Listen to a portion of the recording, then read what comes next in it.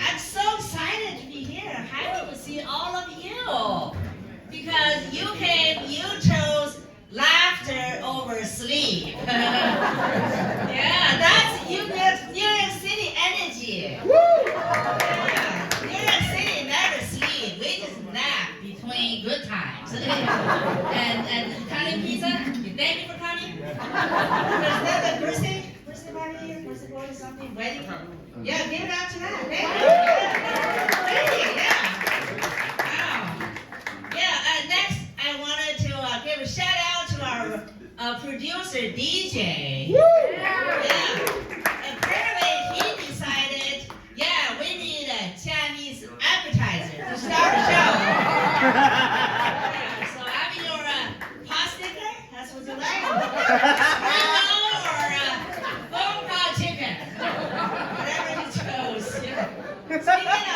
Speaking of Chinese food, I now live in East Harlem. There's a Chinese restaurant every block. Amazing. One day I walk in, try to order something, I look at the menu, like General Tso's chicken and orange chicken. I'm like, what are these? I've never seen that in China. I guess you guys like it. Yeah, so you have no idea how many Chinese people, you made them rich while eating fake Chinese food. That's what I tell you. That's crazy, yeah. So the other day, I saw somebody made a comment on my video clip that I post on TikTok. The comment says, I understand you completely, although you speak broken English. I was taken aback, right? Then a second thought, you know what? This guy got a good point. So today, I want to address the elephant in the room. I want to apologize if I speak very heavy Alabama accent, y'all. Bless your heart, y'all. Yeah, a little bit about myself. My name's Yin. I'm looking for Yan. That is not my punchline. That's my public announcement. I'm a single mother for 8 years. Yeah, that's a long time. But it's so loud, I forgot how dick works. So desperate. So last year I moved from Seattle to New York City. Yeah. Thank you. Oh, yeah. But originally I was from China. Okay, y'all like the Trump shit. He did that. Yeah, Trump says he loves China. But China's a threat. That's what he said. China's a threat. Wow. But look at me. Don't worry about me because all my jokes are made in America. Yeah, we're good. That's great. I really love living in New York City. It's very diverse. Yeah, like in 8 months, I have heard so many comics come on stage and said, I'm fresh off the boat. I'm like, well, I'm an immigrant too, but I did not get off boat. I had to jump on a ship to stay in this country. It's called a relationship. I married a white guy to get my green card. Thank you, white people. Thank you, white people. Your shit worked. Before that one, there's another one. It's called a scholarship. I used that one to finish my master's degree in chemical engineering. Yeah. Thank you. Yeah, now I want to thank all of you, all Americans, because your ship helped me live my life from hardship to cruise ship. Yeah. But now in New York City, I find more ships. Well, that's amazing. I'm talking about friendship. I have a few ships today come with you supporting me. Yeah. Thank you, my ship, my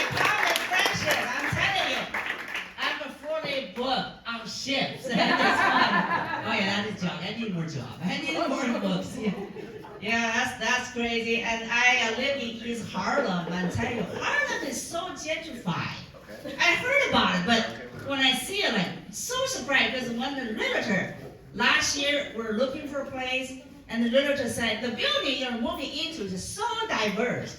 I was so excited. Then I moved in, I find out I was the fourth Asian. The rest of the building, they're all white people. I realized that was a part of the problem. The gentrification, yeah. So instead of a Sunday cookout, I was so looking forward to. Now my next door neighbor, the white lady, she invited me to a Sunday yoga class.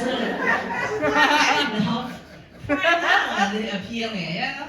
Yeah, and Harlem, another thing I find out, the best looking buildings are what you guys call a project. It's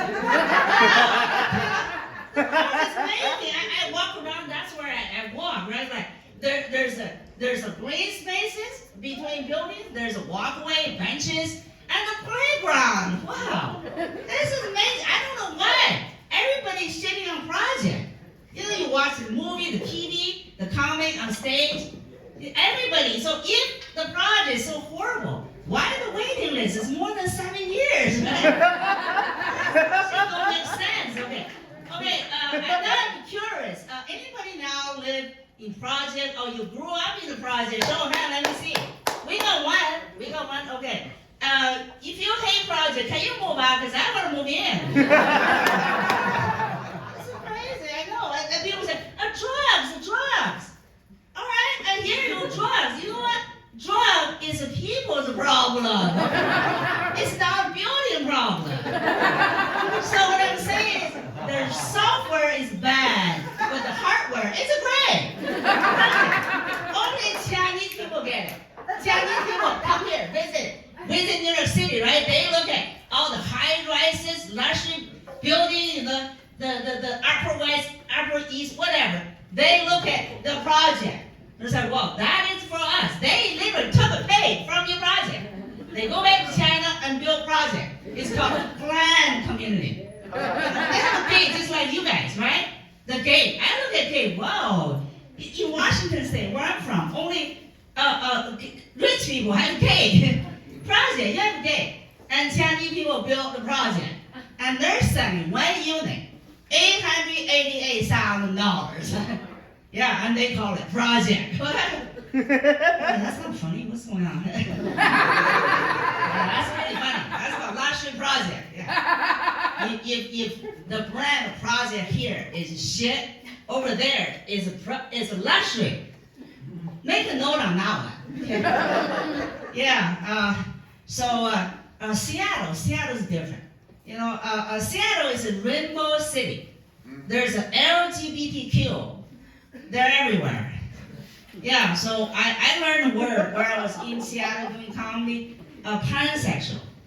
Okay, I never heard that one before. So I called my daughter. My daughter still is my go-to person if I have a language or cultural issue. So I said, listen, I heard the word pansexual. I don't know what that means. I have a lot of pots and pans. I have not found any of them sexual. Should I be concerned? My daughter said, calm down, Mom, slow down, let me explain. Okay, pansexual just means this person, don't matter, man or woman, they do not discriminate. They love man, woman, gay, lesbian, transgender, pretty much. So I was like, okay, you're saying they fuck pretty much everybody? And she said, yeah. So I was like, wow, that sounds so desperate. Maybe I should go back to find one of my pansexual. You know? They do have to handle me, right? Yeah, Seattle, crazy. I'll give you another example, okay? When my daughter is in college, she graduated now, she's working. So she called me one day, she said, Mom, I came out as a bi. I was like, what's going on? You're already biracial. So now you're telling me you're bipolar? That makes sense, because she only had this mood swing, I couldn't figure it out, right? She said, no, Mom, I'm pansexual. No, I'm bisexual. So I was like, whoa, what's going on? Because I never seen her dating a girl. During high school, she lived with me, she always they're the guys, right? And my daughter says, it's because of you. I got that from you, your team. So I got even more confused. I was like, what are you talking about? And my daughter said, remember, you used to tell me when you were younger in China, like high school, college, you were always attracted to pretty girls. I said, well, yeah, that's true. I did tell you that. But I said, I never did anything. And she said, that's because you're in China. So you're just virgin bi. I'm lucky. I live in America, so I'm practicing bi. I said, wow, she's not wrong. It's like when I was younger, if I came out in China as a gay or bi, Chinese government will put me in jail. And here in this country, if you come out as a gay, they'll give you a TV show. And a whole month. That's a pretty good deal, I know. That's crazy. So another thing about me is I am American by choice. Yeah, by choice. That's versus you guys by chance. Yeah, I'm saying you guys are so weak. I told my two kids, I said, okay, you think you're born here? You're American, you're just lucky, aka white people. That's what you are. When I say American by choice, I mean, there's a lot of argument and debate with my family back in China. I still remember 2003, that was the year I did it. So 6 months before I went to federal building, my mom called. Mom said, yeah, you already have a green card. You can travel back and forth freely. You have the freedom. Why do you want to become American citizen? And I said, well, because my mom said, do you want to vote? I said, well, yeah, I want to vote. So my mom voted me out of her will. And so she voted first. So at the time, I was like, who cares about her shithole apartment? Little did I know, 23 years later, her shithole apartment was $1.3 million. Yes, I'm out of that. Between my mom and dad, there's 3 in Beijing, China. Now it's the second highest real estate in the world, just behind Hong Kong, yeah? Yeah, so now I'm out. Like, whoa, I should kill myself or something. I'm a comedian, no money, yeah. But my older brother was the worst. He called me traitor. He said, don't come back, just stay in the United States. That's why I love this country, because we already have a traitor. His name is Trader Joe. So last year when I did this joke in Idaho, when the there's one guy said, yeah, get the Joe out of the White House. And I was like, wait a second, that is not the Joe I was talking about. I was talking about your organic guy. Yeah, so how's my English doing so far? My English is good. Thank you, I appreciate that. 30 years ago when I first got to this country, my English was awful. I tell you, I still remember the first day when the plane landed in SeaTac, Seattle. Right? So when I passed through the immigration, I gave them the form. And the officer just threw the form back at me. He said, look at what you put in the form. So the form, they ask you name, birthday, then they ask sex. So what I put in there is once a month. Because I figure, as a former, I can't lie. If I lie, they'll send me back home, right? Yeah. Second of all, I'm just new here, first day, I don't know nobody. So once a month sounds pretty good. I'm trying not to be greedy, Turns out, really, in that form, they should ask gender, not sex. But in Chinese language, gender and sex is a different translation. So now I understand why. They put sex, not gender, because if you Google gender, there's going to be 30 plus of them. I'm still trying to figure out my opponent. Yeah, my point is, your English really confusion, really fucked up. I give you another example, okay? This word you got going, blowjob. Everybody know that word, right? Blowjob. Turns out, blowjob don't mean blow.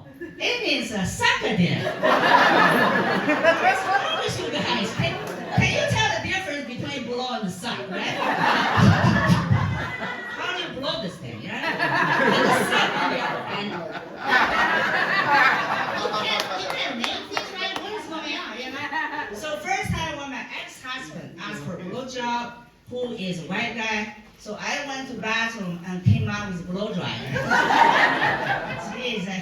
guess that's why we ended up divorced. You can't do blowjob, you know. This is not good. Yeah. So let me get something to drink.